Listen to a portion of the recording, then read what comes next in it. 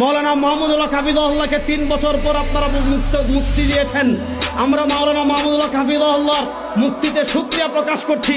কিন্তু ভালো করে মনে রাখবেন, মৌলানা মাহমুদুল্লাহ হাফিজাহুল্লাহকে মুক্তি দেওয়ার অর্থ এই নয় যে আপনারা মধুখালীর আমার ভাইদের শাহাদতের ঘটনা আমাদেরকে ভুলিয়ে দিবেন।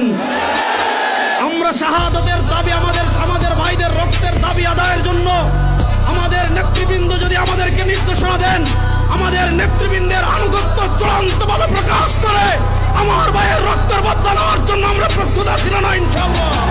আমি হিন্দু সন্ত্রাসীদেরকে বলবো এটা গুজরাট নয়, এটা বাংলাদেশ। আমি হিন্দুদেরকে বলবো এটা দিল্লি নয়, এটা বাংলাদেশ। আমি বলবো এটা ইন্ডিয়া নয়, এটা শাহজালালের পুণ্যভূমি বাংলাদেশ। এখানে আপনি আমার ভাইকে পিটিয়ে মারবেন আর পূজার নামে দেশি অস্ত্র আমাদেরকে দেখাবেন। যদি আমাদের সাথে আপনারা খেলতে চান, মাঠে আসেন, আমরা খেলার জন্য প্রস্তুত। কিন্তু আমার নিরীহ মুসলমানদেরকে যারা ঘন্টার পর ঘন্টা বন্দি রেখে তাদেরকে যারা পিটিয়ে শাহাদাত বরণ করেছে, মনে রাখবেন মুসলমানের রক্ত পান করে পৃথিবীর কেউ নিরাপদ থাকতে পারে নাই, আপনারাও পারবেন না। এই রক্ত কথা বলবে ইনশাআল্লাহ।